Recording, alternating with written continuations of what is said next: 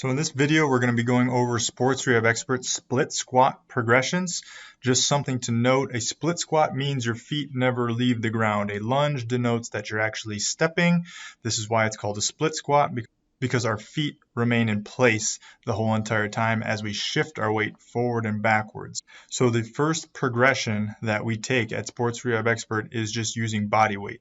During our workouts in the longevity program, you'll see us program these body weight split squats initially on a 12-inch box. Sometimes we promote it even higher depending on how much we need to offload the front leg. So offloading that front leg means that you're going to take some pressure off of the knee to make this more comfortable. Now, the goal of this activity is to be able to take the knee through a full range of motion and get contact with your hamstring and calf touching each other.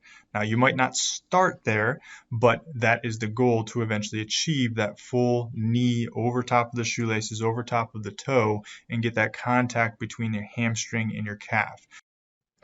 Now be sure to stay and watch the whole entire video, because as we progress, we're going to get into how you load the exercise too. So initially in the Sports Rehab Expert workouts, and when I'm working with clients one-on-one, I'm going to start loading this exercise body weight first and foremost, and then when deemed appropriate, or after progressing through the longevity workout in the Sports Rehab Expert plan, the next workout will incorporate loading the split squat. So we'll get into loading in just a moment, so stay tuned for that. But we're going to have a body weight progression where we work our way from a 12-inch box all the way down to the floor, and then we're going to have a different progression of how we dictate adding load and weight from a 12-inch box all the way down to the floor. This has been shown in the research to help with osteoarthritis. It's been shown in the research to help and promote tendon resiliency about your knee joint.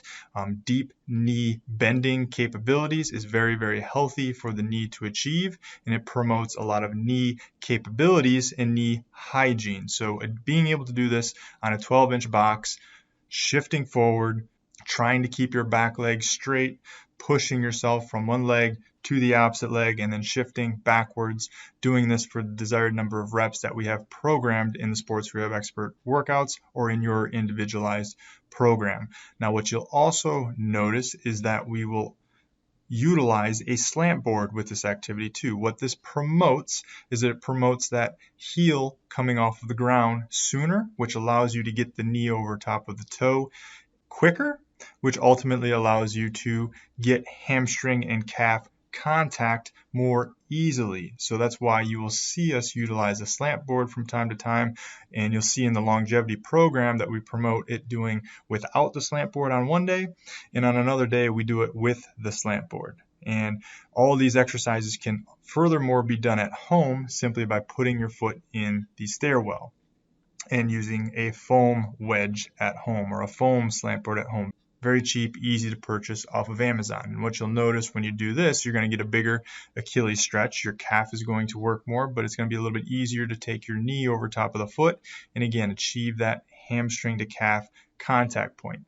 If you don't get full range of motion, don't worry. This is your current starting point, and eventually over time you're going to just progress this range of motion as you feel comfortable. So after doing multiple reps for multiple days, for perhaps even months or years, you'll notice that you can get further and further into this range of motion. So again, we start at a height of a box or in the stairwell at home, at a height that you feel comfortable working on through your current knee range of motion capabilities, never pushing through any sharp or pinpoint pain or any type of pain that lingers. You should just feel generalized pressure that goes away when the exercise stops.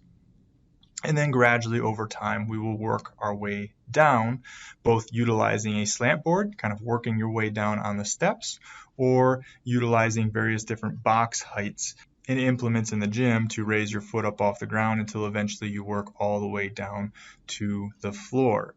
A common progression that we take many people through is from a 12-inch box to an 8-inch box to a 6-inch box to a 4-inch box to a 2-inch box, and then to flat on the ground, all while maximally bending one knee and trying to keep the back leg relatively straight. We have a different version of a split squat that emphasizes more of that hip flexor length. That's going to be for a different exercise, so stay tuned to the hip extension dominant split squat that we'll introduce to you later in the Sports Rehab Expert workouts. But right now, just focus on full knee bending capabilities and trying to keep that back leg straight as possible within your comfort. Don't try to force anything to where it gets uncomfortable in your back hip. In my opinion, I would say the full knee bending for a lot of sports and activities is of greater benefit than that last little bit of hip extension. So again, if you're getting some pinpoint pain or discomfort in that back hip, don't force that knee straight, just keep it as straight as you currently feel comfortable with. And through other exercises that we do in the Sports Rehab Expert workouts, as well as the hip extension split squat, you'll start developing that hip extension range of motion capabilities over time